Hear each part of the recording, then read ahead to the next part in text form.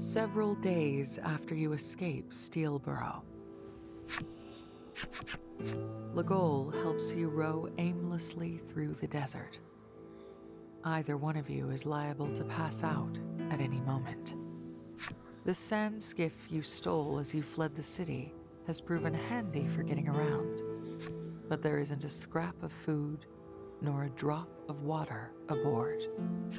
You probably should have had more of a plan, you think to yourself. The two of you row in complete silence. You fear if you make so much as a peep, the sheer effort involved will cause you to collapse. You propel the boat forward with all your might, when suddenly, a patch of quicksand swallows your sand skiff whole.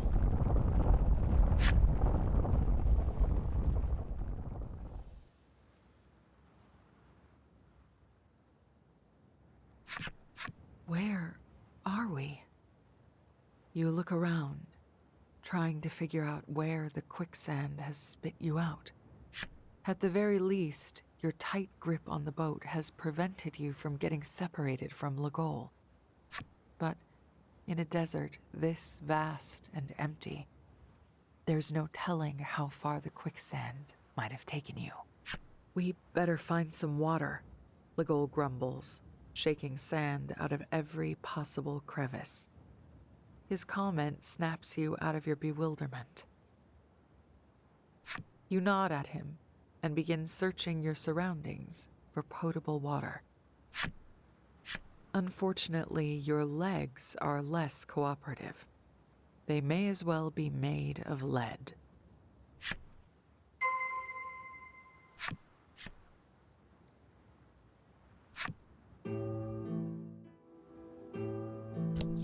You're so thirsty, even the act of breathing feels painful. The sun's rays beat down upon you. It's so hot. You need water. Your head is... You open the treasure chest to find a bottle glimmering in the sunlight. You snatch it up, but it's empty. Legol's shoulders drop in unison with yours. You lift your head. There before you, impossibly, walks Ram, your plush animal. No. You shake your head. That isn't real. As consciousness threatens to forsake you, you catch sight of a young man. "You've come at a very good time," he chirps.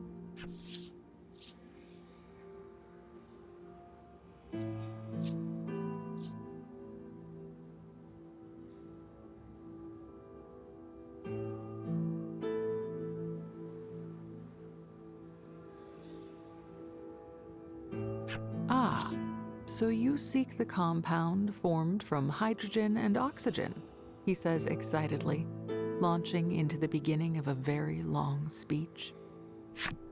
His words flow as quickly as the quicksand that brought you here. Legol musters every last ounce of his strength to try and interrupt the torrent of babble, when suddenly, a monster's cry issues from behind the youth. "You see, I was about to be attacked by foul beasts," the youth says, beaming. "Yes, you've come at a very good time indeed," he chirps again, which must be his way of asking for your help. "You certainly haven't the strength to escape. Looks like you're in for a fight."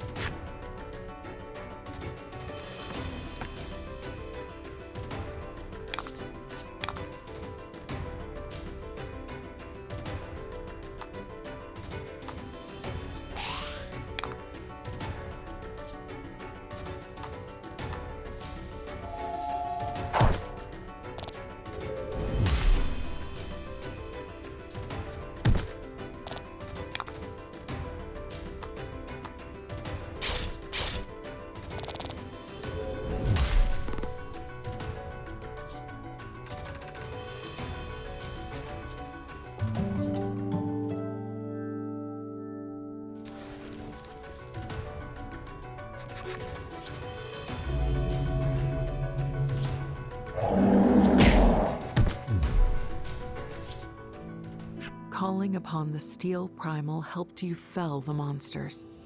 But before you can catch your breath, what on earth was that? The youth says, rushing up behind you from his vantage point for the battle.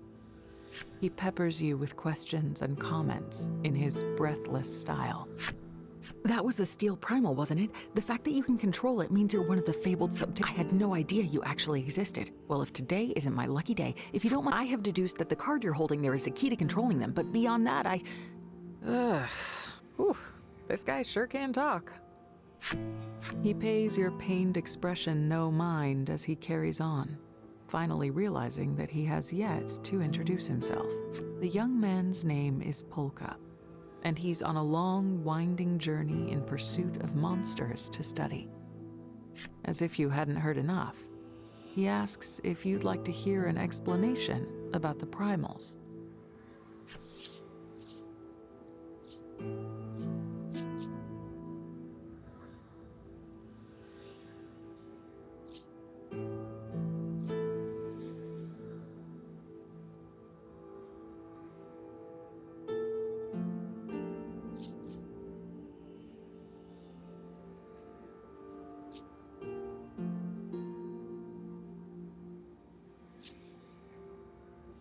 You make another desperate plea for water.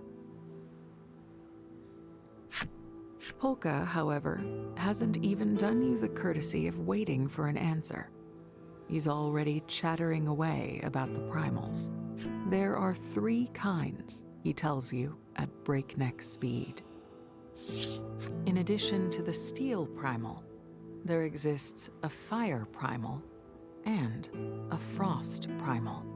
And all are powerful enough to cause changes in their natural environment because of reasons. Unfortunately, your fevered brain can parse no more of his blathering. Look, we helped you, so give us some water already, Ligol barks, clearly out of patience. Finally, Polka closes his mouth for the first time since you've met. He looks rather contrite, for he, too, has no water on his person.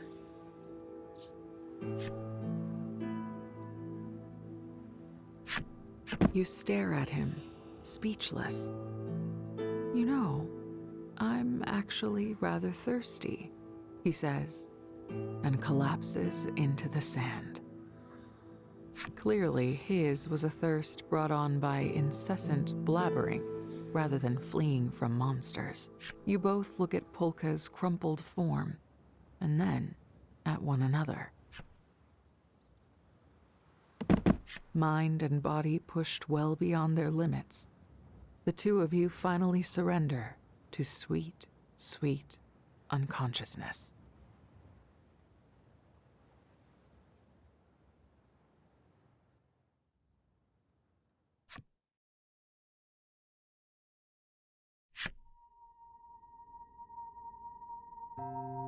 You awaken to find yourself lying down inside a tent.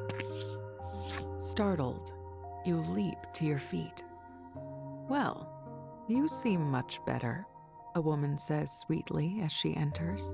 She says she found the 3 of you collapsed in the desert and nursed you back to health. You thank her and quickly ask where she's taken Ligol.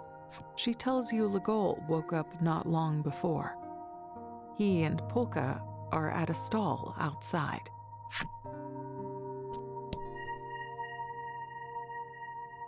You exit the tent to find several more lined up before you. It looks like you've been picked up by a caravan.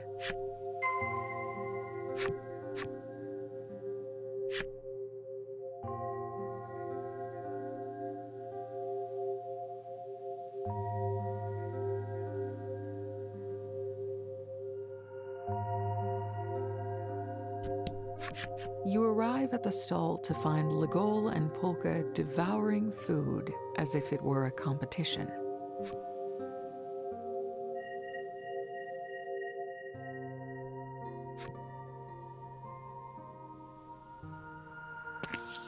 You heave a sigh of relief upon seeing them alive and well.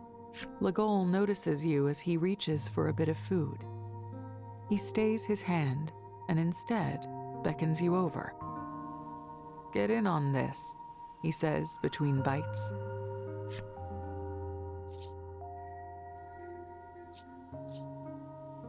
You waltz calmly up to the table, snatch up an entire barrel of some liquid or other, and proceed to drink it dry. Having eaten and drank your fill, you offer thanks for the meal. According to Legol and Polka, a stout man treated them to their meal at the stall earlier.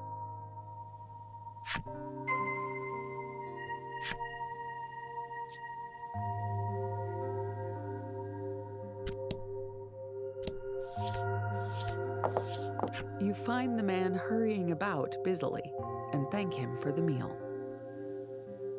"Ah, you're all awake," he says with a satisfied nod. He introduces himself as the circus's ringmaster and explains that they're on a tour of the desert. As someone fascinated by the circus, you'd always wanted to talk with a ringmaster. It's your lucky day. Before you speak so much as a syllable, the caravan is beset by monsters. You all draw your weapons and prepare for a fight. Polka barges into battle unannounced. "I too shall fight," he proclaims. Legol asks if he can fight, to which Polka replies that it comes with the territory when one studies monsters. You're in for a world of hurt if you underestimate science, because science makes medicine, and you shouldn't underestimate that, Polka rambles, drawing his weapon. You take up arms shoulder to shoulder with Polka and prepare to fight.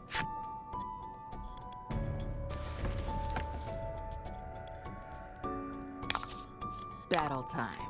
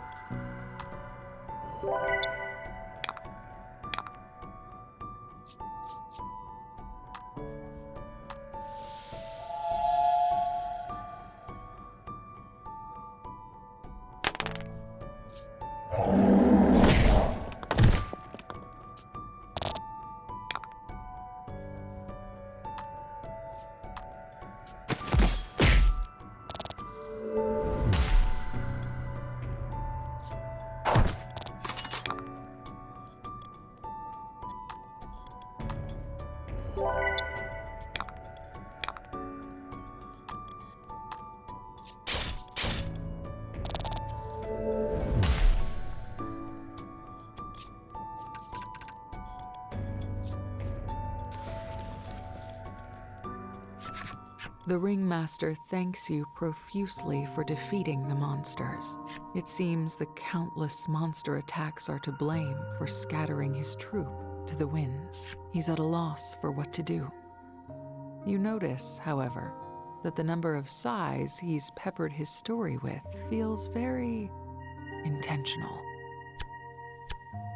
He looks your way rather bashfully.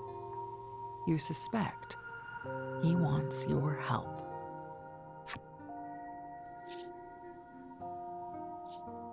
"Of course we'll help you," Polka blurts out before you can answer. "But the three of you expect fair compensation for the effort," he adds slyly. Polka turns to you and Legol, grinning from ear to ear. "Let's get going," he chirps excitedly.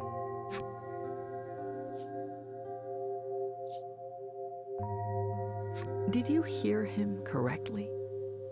Yes, it seems like you did. And just like that, you and Legol have been roped into helping too. Legol objects, only to be drowned out by Polka's contemporaneous rebuttal, a treatise on the value of money and friendship in travel. And so it goes that you, Legol, and Polka end up combing the desert for lost circus troopers.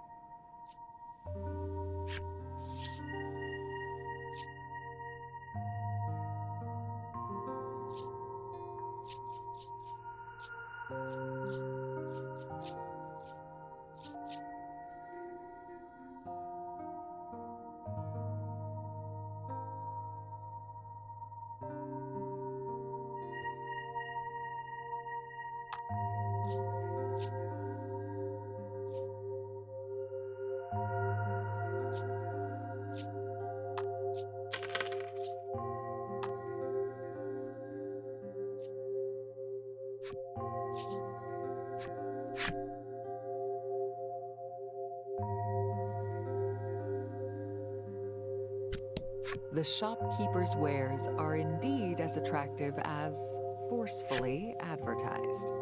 Somehow you manage to resist parting with your money and walk on by.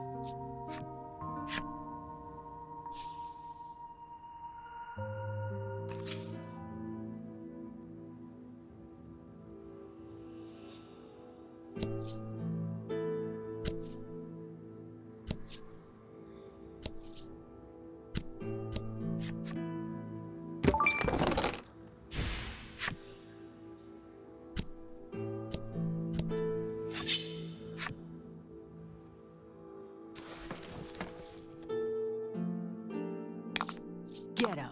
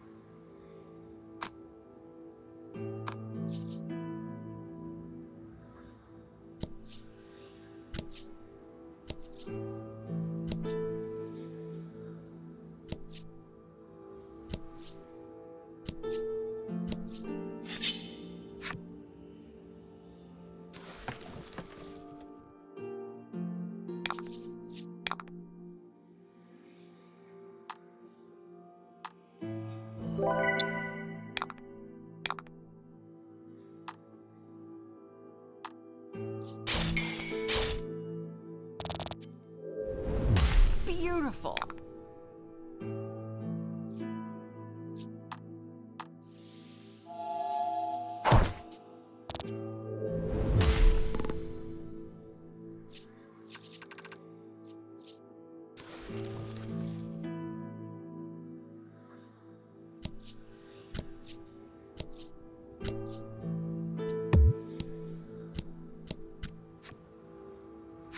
Polka looks through the telescope and yelps in surprise.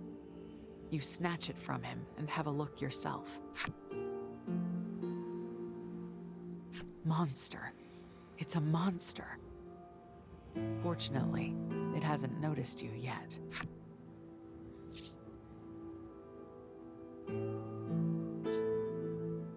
You toss the telescope aside and sprint toward it. The monster scrambles about in a panic, finally tossing something at your head in desperation. You throw your hand up in time to catch it, but that bought the monster time enough to gather itself and flee.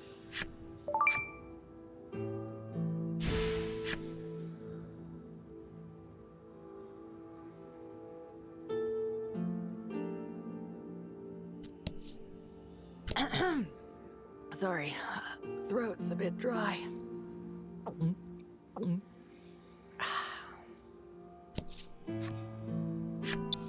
Something catches the light in the sand. You pull it loose, revealing a somewhat tarnished bangle. That might be the bangle capable of freeing the Sand Prowler Tsar, Polka blurts out.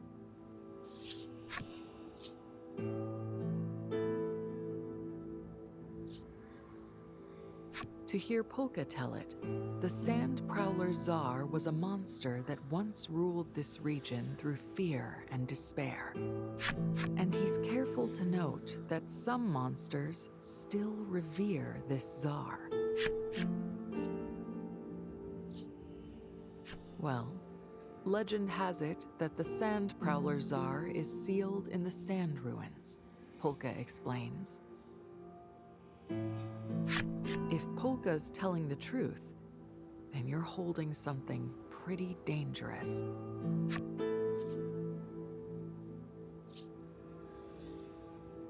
You figure it can't hurt to keep something so potentially valuable and slip it into your pack.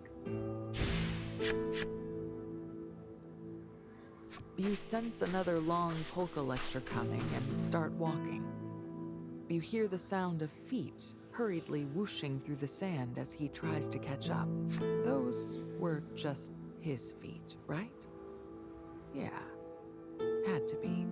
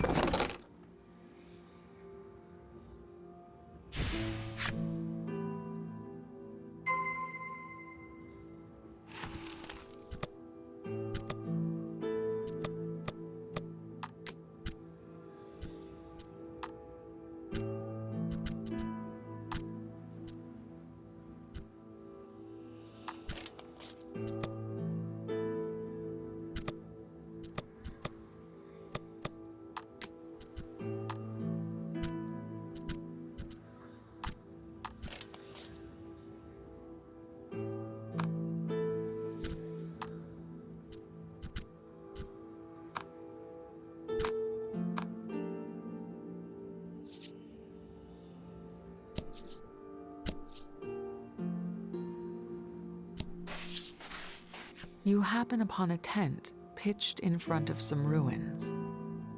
Might there be another performer within? You peer inside. Why, yes, the young girl you see before you may well be one of the performers, but she's rather tearful at the moment. Are you with the circus? Polka asks gently.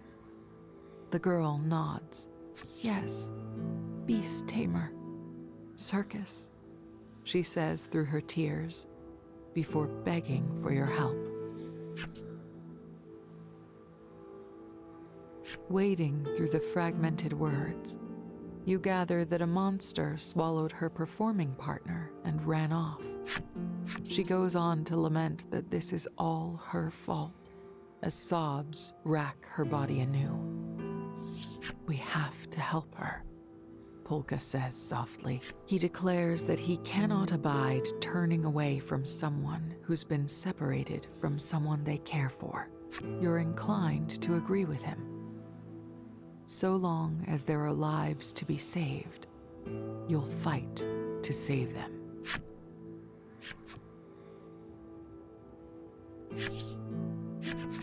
Are you okay? Legol asks carefully, sensing that you're in pain. You nod and begin walking toward the ruins.